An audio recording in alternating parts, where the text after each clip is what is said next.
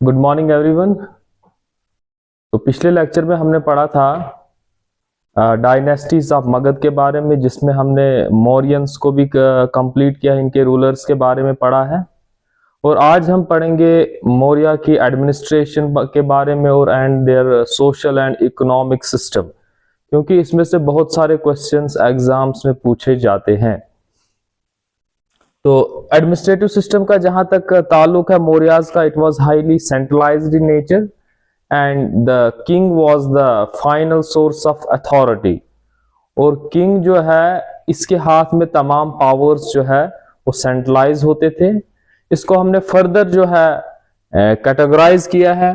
King अर्थशास्त्र ये कहती है कि king was the final source of authority, और Arthashastra it was a book which was written by the prime minister of Chandragupta Maurya, जिसको हम चाणक्य भी बोलते हैं, कौटिल्य भी बोलते हैं और विष्णु गुप्ता के नाम से भी पुकारते हैं।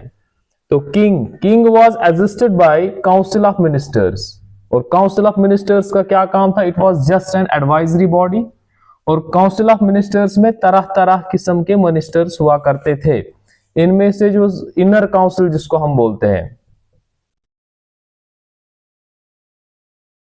इसमें आते थे तीर्थास और मंत्रिन्स। कुल 18 डिपार्टमेंट्स थे इसमें। कुछ इंपॉर्टेंट डिपार्टमेंट्स पुरोहित या पुरोहिता, चीफ प्रीस्ट जिसको हम बोलते हैं, senapati, army commander, yuvaraja means the crown prince, sannidhata means treasury officer, nayaka he was the city type of city administrator था ये। तो dandapala police officer, city constable हम इसको बोलते हैं, लॉ एंड ऑर्डर मेंटेन करने के लिए सिटी में नयाका। एंड दंडापाला वाज पुलिस ऑफिसर, और दंडापाल और दंडापाला। तीर्थास के बाद जो सेकंड इसमें हायरार्की में फॉल करते थे, देवर अध्यक्षास, और they were mainly concern with economic and military duties. बहुत सारे किस्म के अध्यक्षास होते थे। Potavadhyaksha, panyadhyaksha, weights and measures के related, karadhyaksha, sitadhyaksha, rathadhyaksha, and after that mahamatyas and amatyas. Mahamatyas and amatyas, these were the high ranking officials. जिस तरीके से आज के दौर में कैबिनेट सेक्रेटरीज हुआ करते हैं, इसी तरीके से ये हाई रैंकिंग ऑफिशियल्स थे जो काउंसिल को जो है इंपॉर्टेंट इश्यूज पे जो है एडवाइस करते थे या उनको हेल्प करते थे डाटा कंपाइलेशन में। तो काउंसिल ऑफ मिनिस्टर्स के बाद हम जाएंगे सिटी एडमिनिस्ट्रेशन पे। यहाँ की सिटी एडमिनिस्ट्रेशन बहुत ज्यादा इलाबोरेट थी, और सिटी एडमिनिस्ट्रेशन के बारे में हमारे दो अकाउंट्स अवेलेबल है। एक तो कौटिल्य के अर्थशास्त्र, और दूसरा एक ग्रीक हिस्टोरियन जो चंद्रगुप्त मौर्य के कोर्ट में रहा करते थे, जिनका नाम था मेगास्थीन्स। और मेगास्थीन्स ने जो है कि एक बुक लिखी इंडिका, और उसमें भी कुछ रेफरेंसेस पाए गए हैं सिटी एडमिनिस्ट्रेशन के मुतालिक।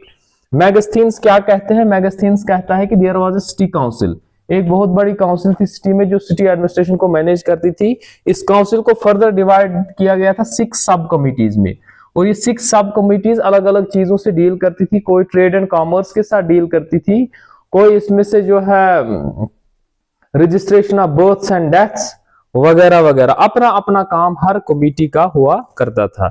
एक सिटी काउंसिल को डिवाइड किया गया था 6 सब कमिटीज में, ये कहता है मेगास्थीन्स। उसके बाद अर्थशास्त्र ये कहता है कि the city was headed by nagarika, who in turn were assisted by sthanika and gopa. ये दो ऑफिसर्स थे जो इस नगारिका को ये करते थे, असिस्ट करते थे, मदद करते थे। और नगारिका कौन था? He was the administrator of the city. Sthanika was the administrator of blocks of city, means cities को ब्लॉक्स में डिवाइड किया गया था। और फिर नीचे अगर हम और आएंगे तो Gopa was the administrator of the wards of the city. तो अब हम इसको थोड़ा बहुत यहाँ पर जो है कंस्ट्रक्ट करने की कोशिश करेंगे कि अगर हमारे पास ये एक सिटी है, तो सिटी को डिवाइड किया गया है वो ब्लॉक्स में। These are the blocks B1, B2, B3 and B4. Suppose this is whole city and these are the 4 blocks. और ब्लॉक्स के बाद blocks are further divided into wards, और वार्ड्स में 10, 20, 30, 40 फैमिलीज होती थी जो एक वार्ड कंसिस्ट करती थी। तो यहां पर हम देखेंगे वार्ड्स में हम इसको डिवाइड करेंगे। ये आ गया वार्ड 1, वार्ड 2, वार्ड 3, इसी तरीके से वार्ड 1, वार्ड 2, वार्ड 3, वार्ड 4। तो ये आगे ब्लॉक 1 के 4 वार्ड्स, ये आगे ब्लॉक 2 के 4 वार्ड्स। हो सकता है किसी ब्लॉक में कम हो या ज्यादा हो, बट रफली अगर हम देखेंगे इसका स्ट्रक्चर ऐसे बनता है। दीज आर डाउन वार्ड्स जो है ये वार्ड्स हैं, तो इस तरफ जो है ये ब्लॉक्स हैं, और ये ओवरऑल जो है ये रिप्रेजेंट करता है सिटी एडमिनिस्ट्रेशन को। और the chief city administrator was nagarika. Nagarika was assisted by Sathanika, and Sathanika was the in charge of block, whole block, जिसमें 3-4 वार्ड आएंगे। इसका एक स्थानिका, इसका दूसरा स्थानिका, तीसरा और चौथा। उसके बाद गोपा, गोपा महज एक वार्ड का जो है एडमिनिस्ट्रेटर होता था। इसका काम होता था to administer a particular ward, वहां पर लॉ एंड ऑर्डर मेंटेन करना।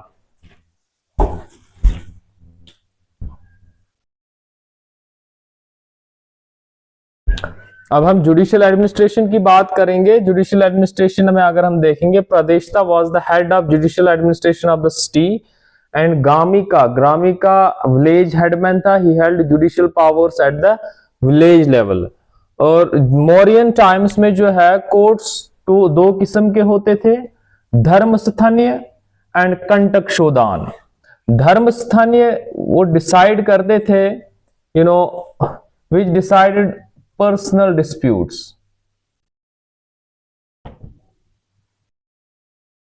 पर्सनल इश्यूज वगैरह कोई डिसाइड करता था dharma sthaniya. Kantaka shodhana which decided upon matters related to individual and state. Individual और स्टेट के बीच का जो मामला होता था इसको डिसाइड करता था। अगर हम अच्छे से देखेंगे तो dharma sthaniya was civil court and kantaka shodhana was criminal court. ये सिविल केसेस के साथ डील करता था धर्म स्थानीय, और कंटक शुदान डील करता था क्रिमिनल केसेस के साथ। क्या आप खुद ही देख रहे हो कि मॉडर्न एडमिनिस्ट्रेशन में किस तरीके से जुडिशियल पावर्स को प्रॉपरली डिवाइड किया गया है। जिस तरीके से आज के दौर में हमारे पास criminal courts and civil courts होते हैं, इसी तरीके से प्रॉपरली जुडिशियल पावर्स को डिवाइड किया गया है। और विलेज हेडमैन के पास भी कुछ पावर्स होते थे। रेवेन्यू एडमिनिस्ट्रेशन का जहां तक सवाल है, स्टेट ट्रेजरी का जो इंचार्ज होता था he was Sannidhata. He looked after the state treasury. और सबसे important source of income to state treasury was land revenue. और लैंड रेवेन्यू के अलावा shulkas, taxes and some fees वगैरह। यहां पर क्या होता था, लैंड रेवेन्यू को असेस करने के लिए एक ऑफिसर अलग से होता था जिसको हम समहारता बोलते हैं। और लैंड रेवेन्यू का जो लफ्जी नाम मेंशन है मौर्यन सोर्सेस में वो है भागा, which was 1/6 of the produce. Land revenue जो आपको देना पड़ता है, जितना आप प्रोड्यूस उस लैंड पे करते हैं उसका 1/6 यानी कि 6वां हिस्सा आप स्टेट को दे रहे हो। प्रोविंशियल एडमिनिस्ट्रेशन, सेंट्रल एडमिनिस्ट्रेशन हमने पढ़ी, हमने सिटी एडमिनिस्ट्रेशन भी पढ़ी। अब प्रोविंसेस, प्रोविंसेस मींस जिस तरीके से आज के हमारे यहाँ स्टेट्स हुआ करते हैं तो वहां पर प्रोविंसेस होते थे। तो head of provincial administration was Kumara. He was the royal Prince. तो इसे हम गवर्नर ऑफ प्रोविंस भी कह सकते हैं। युवराजा कुमारा ये रॉयल प्रिंस होता था जो एक्ट करता था as a governor of particular province. अगर हम देखेंगे Ashoka was the governor of Ujjain and Taxila before becoming the king. Exam में पूछा जाता है कि अशोका किस किस प्रोविंस का गवर्नर था। और Kumara he was assisted by council of ministers and महामत्याज।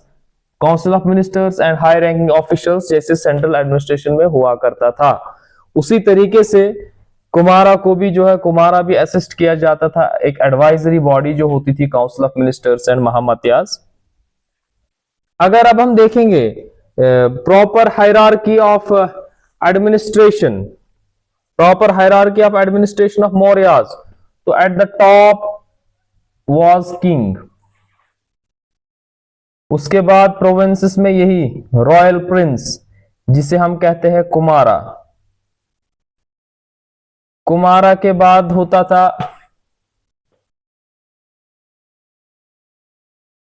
परदेशिका यानी कि डिस्ट्रिक्ट, प्रोविंस के बाद आता डिस्ट्रिक्ट, डिस्ट्रिक्ट हेड होता था। तो डिस्ट्रिक्ट के बाद अगर हम देखेंगे तो नागारिका, जो हम ऑलरेडी पढ़ चुके हैं अभी कि Nagarika was the chief administrator of the city.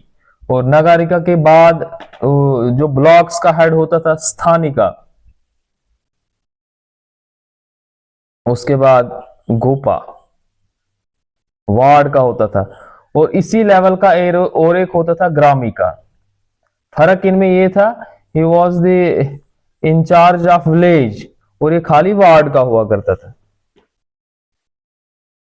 तो ये इसकी प्रॉपर जो है हायरार्की थी कि king was centralised system of administration था, जिसमें सारे के सारे पावर्स कंसंट्रेट थे किंग के पास, और किंग फिर अपॉइंट करता था कुमारास को, जिन्हें हम रॉयल प्रिंस भी कहते हैं या गवर्नर ऑफ प्रोविंस भी कहते हैं। उसके बाद Pradeshika, he was that in charge of districts, इसको कुमारा आगे अपॉइंट करता था। And then Nagarika and Sthanika and Gopa.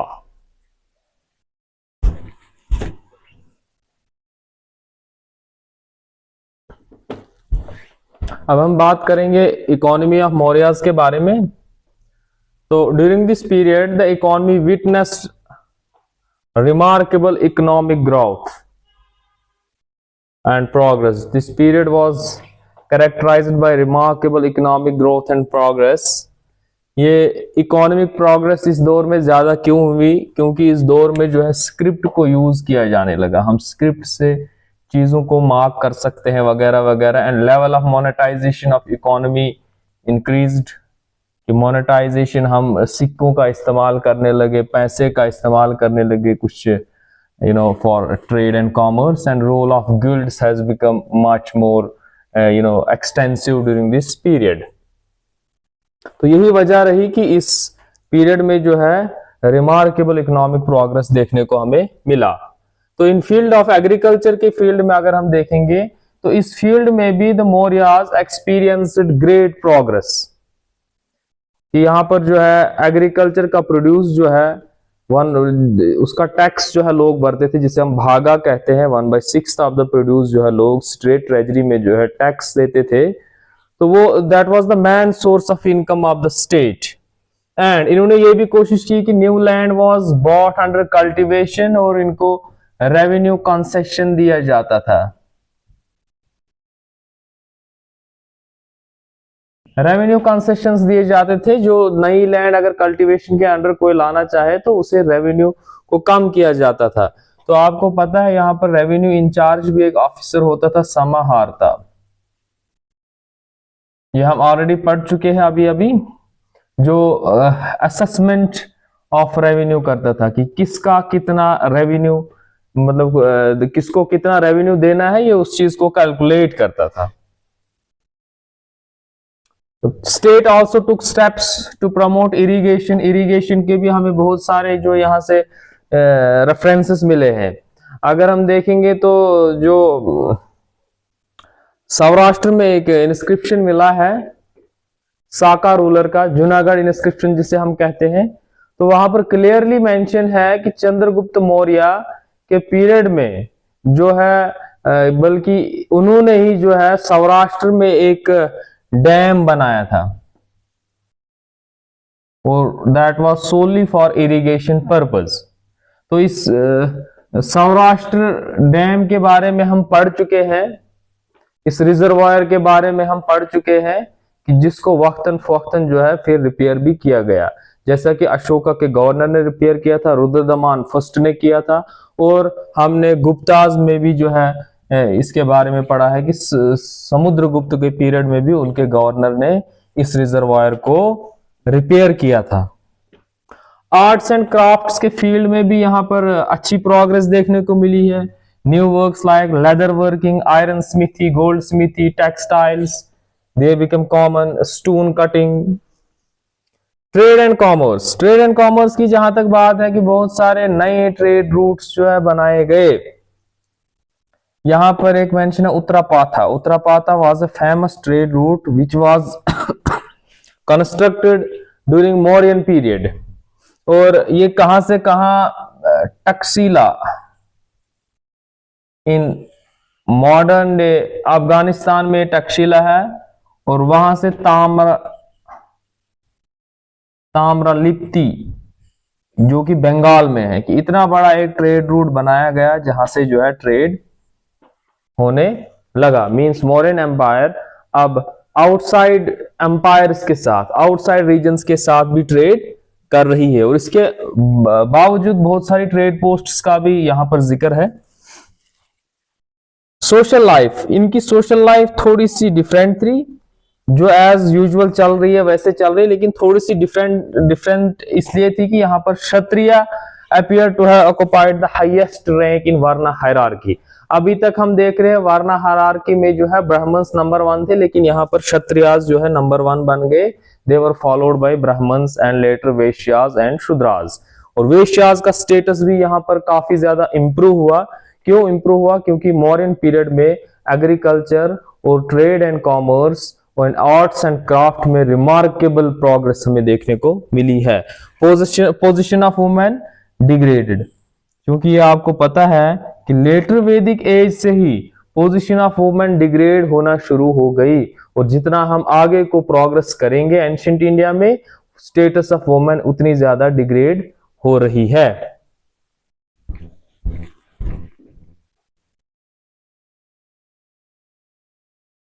अब हम पढ़ेंगे द मोस्ट इंपॉर्टेंट अशोकास धम्म और धर्म। धम्म और धर्म दोनों का मीनिंग सेम है। धर्म इज अ प्राकृत, ये Sanskrit word, and Dhamma is Prakrit और पाली वर्ड। तो बाकी इसका मीनिंग ऑलमोस्ट सेम है। आफ्टर कलिंगा वार, अशोका ने जब कलिंगा वार लड़ी तो उसके डिस्ट्रक्शन से और वहां पर जो लॉस ऑफ लाइव्स हुआ, कहा जाता है कि 1.5 लाख लोग मारे गए, कि कुछ अकाउंट्स में कहा जाता है कि 1 लाख लोग जो है वहां पर मारा गया। And destruction which was caused to the animals, तो it shook the very moral foundation of Ashoka and he shifted his policy from Bherighosh to Dhammaghosh. Bherighosh means sound of war drums, sound of war drums.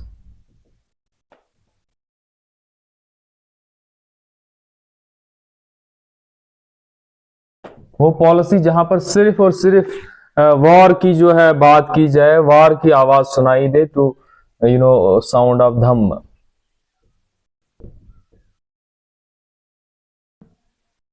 तो Dhamma has been translated as piety, रहमदिली and righteousness, what is considered to be morally right. So Dhamma as such, it is not a religious faith, it is not a religion, but it relates to the norms of social life that create harmony and tolerance in the society. धम्म के लफ्जी माने अगर हम देखेंगे, इसका मतलब ये कोई religious faith या रिलीजियस डॉक्ट्रिन नहीं है, बट धम्म एक ऐसी पॉलिसी है, कुछ ऐसी चीजें हैं जो हमें सोशल लाइफ में फॉलो करनी चाहिए और उनकी वजह से हमारी सोसाइटी में अमन और शांति और आपसी भाईचारा बना रहे। तो it is Dhamma is embodiment of peace, harmony, tolerance etcetera. तो जो एडिक्ट्स, नेक्स्ट हम शिफ्ट हो जाएंगे एडिक्ट्स की तरफ। एडिक्ट्स ऑफ अशोका, इसमें रॉक एडिक्ट्स है, पिलर इंस्क्रिप्शंस, पिलर एडिक्ट्स जिन पे कुछ लिखा गया है पिलर्स पे, और उसके बाद अगर हम देखेंगे तो केव इंस्क्रिप्शंस है। तो जिससे हमें पता चलता है कि इन इंस्क्रिप्शंस के थ्रू इनका प्राइमरी मकसद क्या था। प्राइमरी मकसद अशोका का यही था कि वो अपनी पॉलिसी को, अपनी पॉलिसी ऑफ धम्म को जो पीस की तरफ अशोका आप गए हैं उसको थ्रू आउट द एम्पायर जो है वो पब्लिक करे, ताकि लोग इस चीज को फॉलो करें और एम्पायर में और सल्तनत में पीस मेंटेन रहे। तो एडिक्ट्स के थ्रू वो लोगों तक एक्सप्लेन करना चाहता था the principles of his policy of Dhamma, जो धम्म की पॉलिसी है उसके प्रिंसिपल्स को एक्सप्लेन करने के लिए अशोका ने बहुत सारे इंस्क्रिप्शंस और एडिक्ट्स जो है ये जगह मतलब पब्लिक प्लेसेस पर जो है उनको इंस्टॉल किया। Ashokan inscription they were the major source of history of Mauryan empire. अगर हमने अशोकन इंस्क्रिप्शंस को डेसिफर नहीं किया होता तो शायद हम मौर्यास के बारे में, उनके एडमिनिस्ट्रेशन, उनके social, economic and political system के बारे में इतना नहीं जानते। And it gives us detailed account of socio economic and political conditions of Mauryas.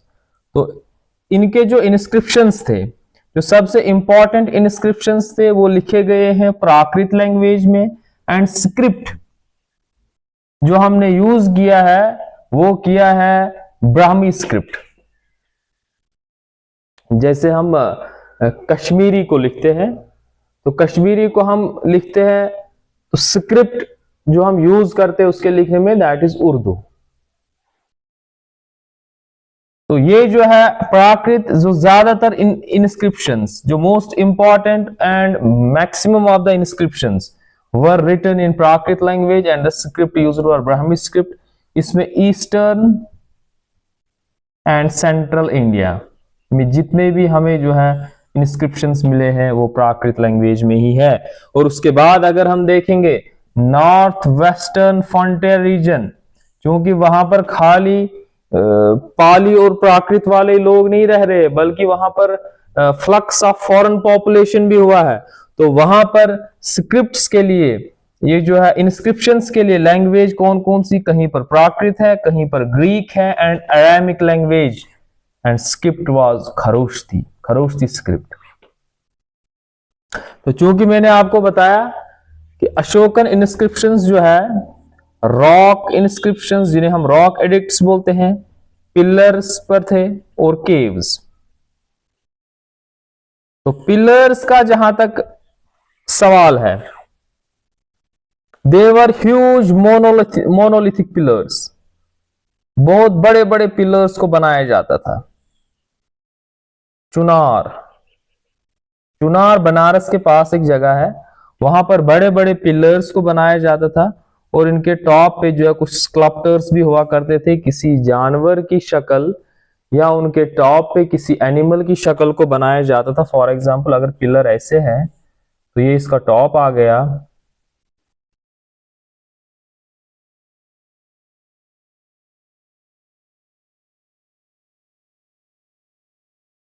नहीं जी आगे किसी जानवर, शेर वगैरह की शक्ल, टाइगर की शक्ल, लोटस, कभी कभार कुछ लोटस फूल वगैरह बनाए जाते हैं। They were monolithic, these pillars were monolithic means made up of single stone.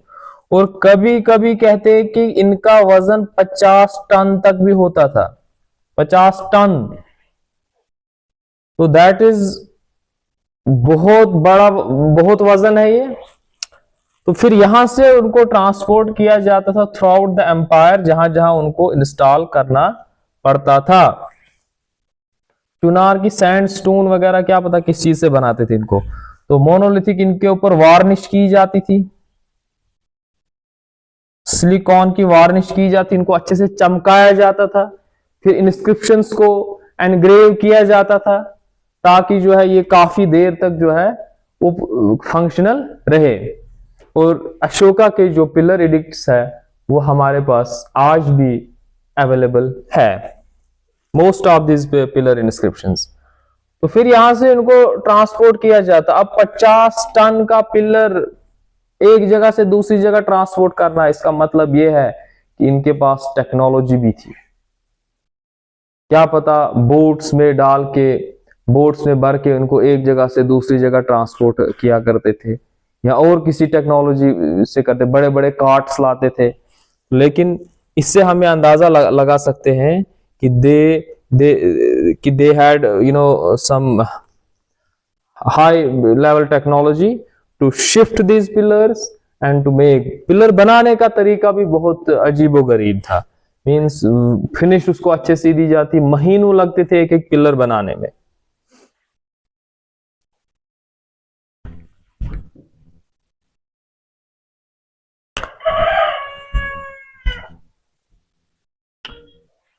तो अशोकन पिलर्स, ये एडिक्ट्स में जो है हमें 3 किस्म के इंस्क्रिप्शंस मिले हैं अशोका के, rock edicts, pillar edicts and cave inscriptions. Rock edicts 2 है, major and minor.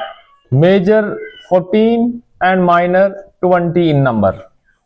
And rock edicts जो है, इनका पर्पस क्या था? They threw light on nature and characteristics of Mauryan administration. तो एग्जाम में पूछा जा सकता है कि रॉक एडिक्ट्स का पर्पस क्या था? They threw light on nature and character of administration. Pillar edicts, they were 7 in number and contained royal and regal pronouncements। बादशाह के आदेश और बादशाह के ऑर्डर्स जो हुआ करते थे, उन पर वो जो है इंस्क्राइब करके उनको डिफरेंट लोकेशंस पे इंस्टॉल किया जाता था। तो मैंने आपको ये बताया, ऑलरेडी मैं ये बता चुका हूं कि ये जो पिलर्स है ये एक ही जगह बनाए जाते थे। They were as huge as, they weighted in some cases 50 tons, और उन्हें फिर ट्रांसपोर्ट किया जाता था एक जगह से दूसरी जगह। That wouldn't have been possible without advance technology.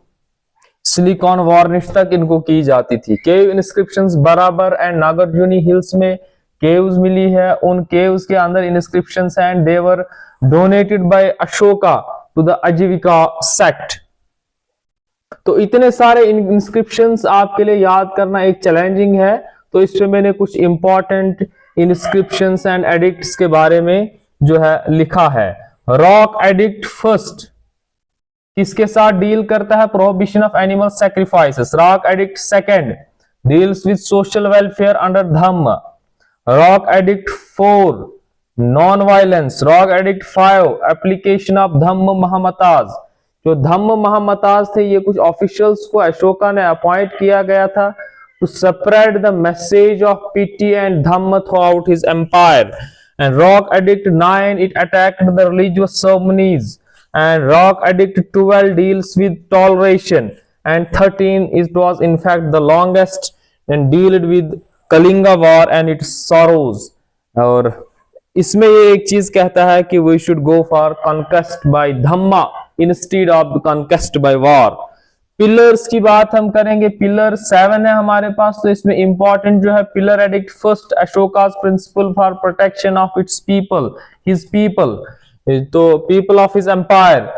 Pillar inscription 4 deals with duties and responsibilities of Rajukas. And pillar edict 6 it deals with the policy of Dhamma. तो इसी के साथ हमारा जो है मौर्य एम्पायर का जो है टॉपिक कंप्लीट होता है। नेक्स्ट में जो हम डिस्कस करेंगे गुप्ताज के बारे में।